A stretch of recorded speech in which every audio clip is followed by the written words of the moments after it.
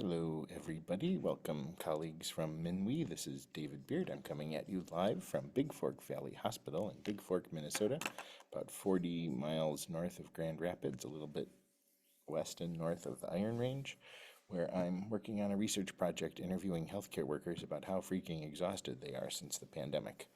Um, Otherwise, I would happily be with you, at least on Zoom today, and I'm excited for our conference together next week. I apologize for being a little bit out of communication. My mother died somewhat unexpectedly. It's one of those things where you're told someone has a few months to live and they live a year and a half, and so you forget that they could go at any time. And we did, and she did. And my semester's been a little unusual since that happened over the holiday break. Um, I did spend a nice couple of days at Holy Hill in Hubertus, Wisconsin, which is the national shrine to Mary, Help of Christians. My mother was a very devout Catholic and loved that space. And they have a monastery area where you can come and just hang out, and everything closes at 4 o'clock, and it's you and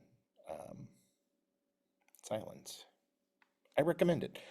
Anyway, where's the MNWE journal? Almost done with the copy edits. I will have those done. It's my fault now, for as much as I was begging people for help with that in the fall semester. I dropped it now. I will finish those things so that we can announce the links directly in the program materials for the April meeting. Where will those links be? I'm going to upload it into two spots, and one of them is the University of Minnesota Digital Conservancy.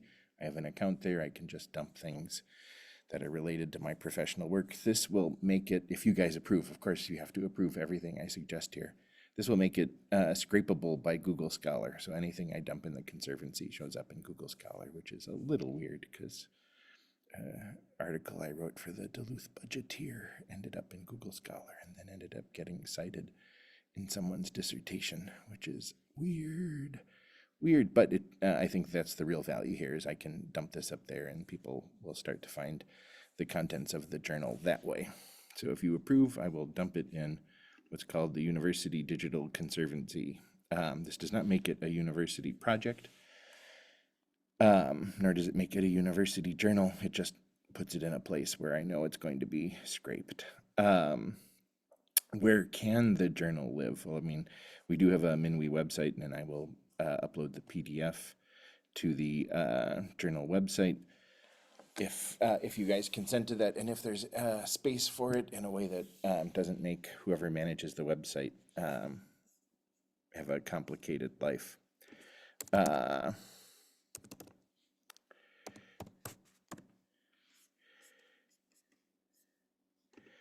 I think you saw, or many of you saw, the paperback versions, which looked a little bit like this.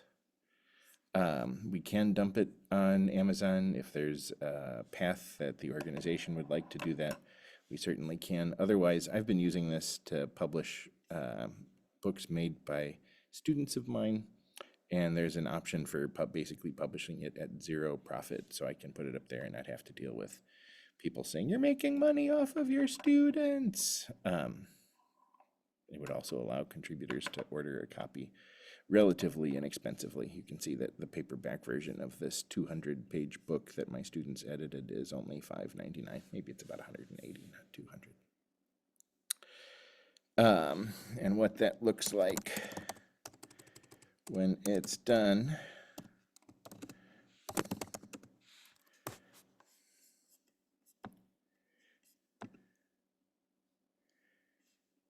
is like this. So where this says Tales of Travel with an editor's introduction by Tyler Maddock, it would say The MNWE Journal, Volume 1. And we would have a paragraph here, list of contributors here,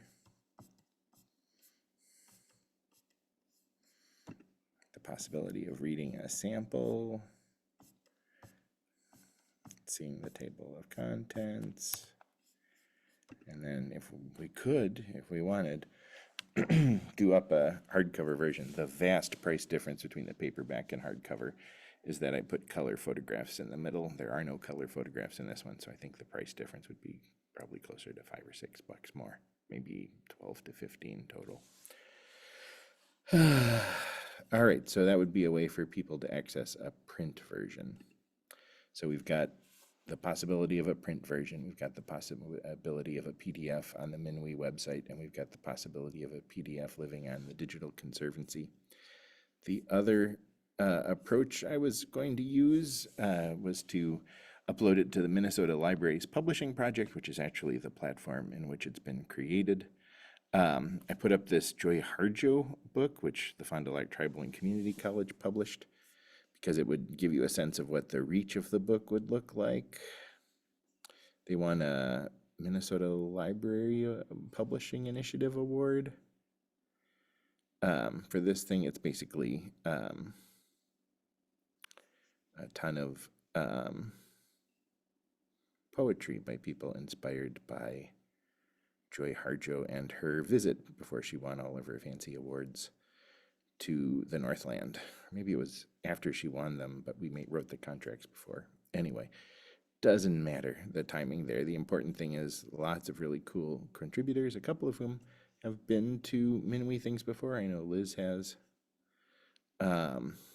Sheila Packa was a poet laureate of Duluth. This was a really nice collection, very well edited. What would this look like for the MNWE journal? Well,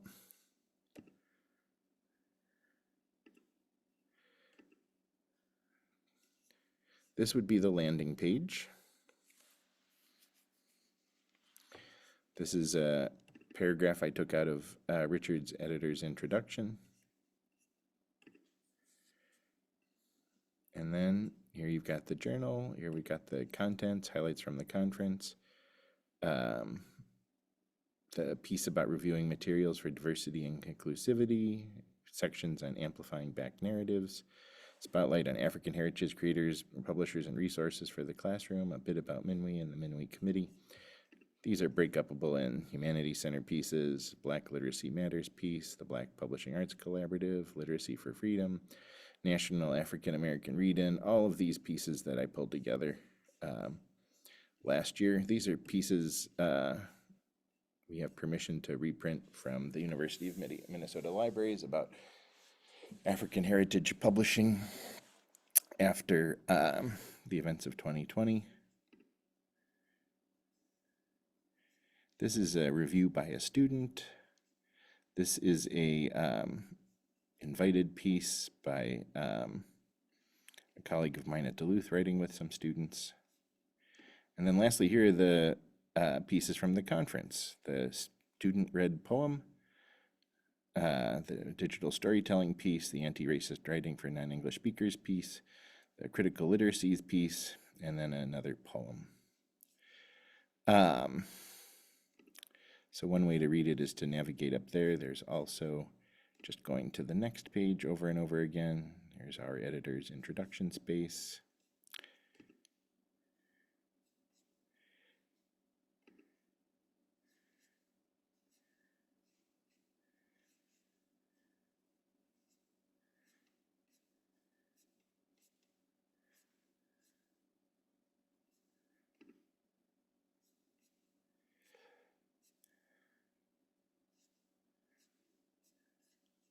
So it's not bad.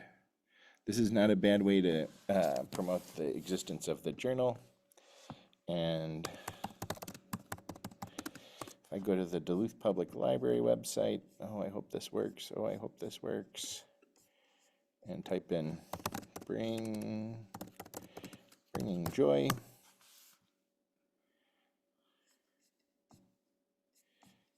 I should add the word Harjo.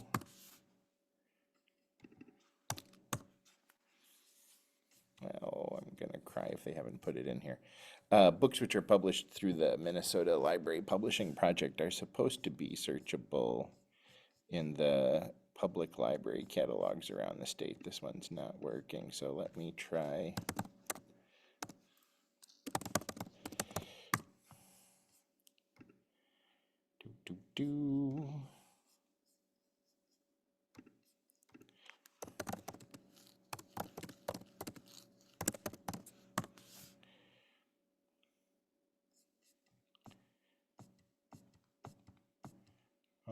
going to be so disappointed.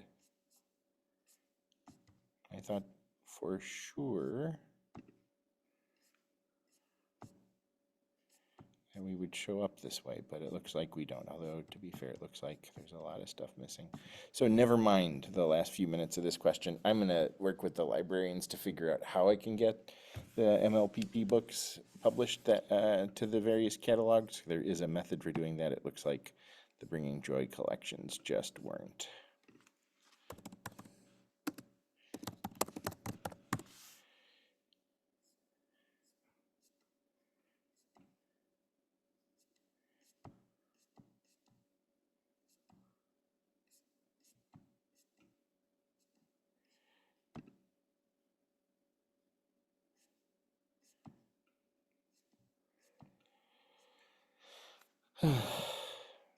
There are efforts to promote these things. It's just they seem to be not very systematic yet. Anyway, you can see why I'm trying to find multiple ways to make this thing visible. On the program, what I can do is set up a shortcut to the PDF, a shortcut to the Amazon, if you guys approve the Amazon, a shortcut to the Digital Conservancy PDF if you want, and a shortcut to the ebook version on Pressbooks through the Minnesota Libraries Publishing Project. And that way people can be pointed to multiple ways to find it as we then promote it and try to get some new submissions. For new submissions, I was hoping that some of the folks from the last conference who were interested in working with Jan May on developmental might be willing to help collect some pieces. I look forward to getting together with you to pursue those. And what else? Hunting some pieces and maybe making some invitations to authors at the next conference to be sure. And just hunting for ideas from the membership, okay? Let's get some good stuff in here wherever it comes from. At the meeting in April, at 1 o'clock on April, I am giving a Zoom presentation on research methods for the study of professional wrestling, because why should I be coherent as a scholar? And so I will be at the MNWE conference until about 11, maybe 12, grab some lunch, and then go hide in a quiet place for the Zoom. Hoping to talk to you all after or before. Okay, this has been Dave. Thank you so much. You can drop me emails. Maybe what I'm looking for is a motion. Is it okay to post it to the Conservancy? Number 2, is it okay to post it to Pressbooks as a public book? And number 3, is it okay to put it on Amazon at a zero profit print version? And if it is, would we like to do that through a MNWE account, or would we like me to dump it where I'm dumping all the stuff that I work with on my students? Or I suppose C, if we created a MNWE account, we could price it at a profit. It would never generate more than $10 in a year. I would guess maybe 20. But you know, that should go to the association if that's what we do. Thank you so much. Really good to see you all. Do.